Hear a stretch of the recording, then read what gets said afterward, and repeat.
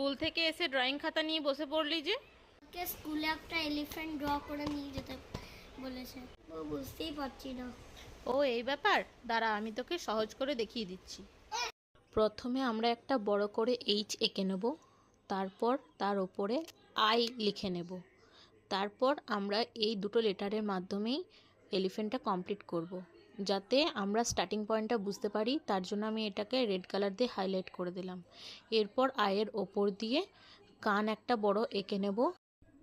এরপর এখান থেকে বডি স্ট্রাকচারটা পুরো নিয়ে গিয়ে পা পর্যন্ত ঠেকিয়ে দেব। তারপর হাতির সুরের অংশটা করে নেব ঠিক এইভাবে।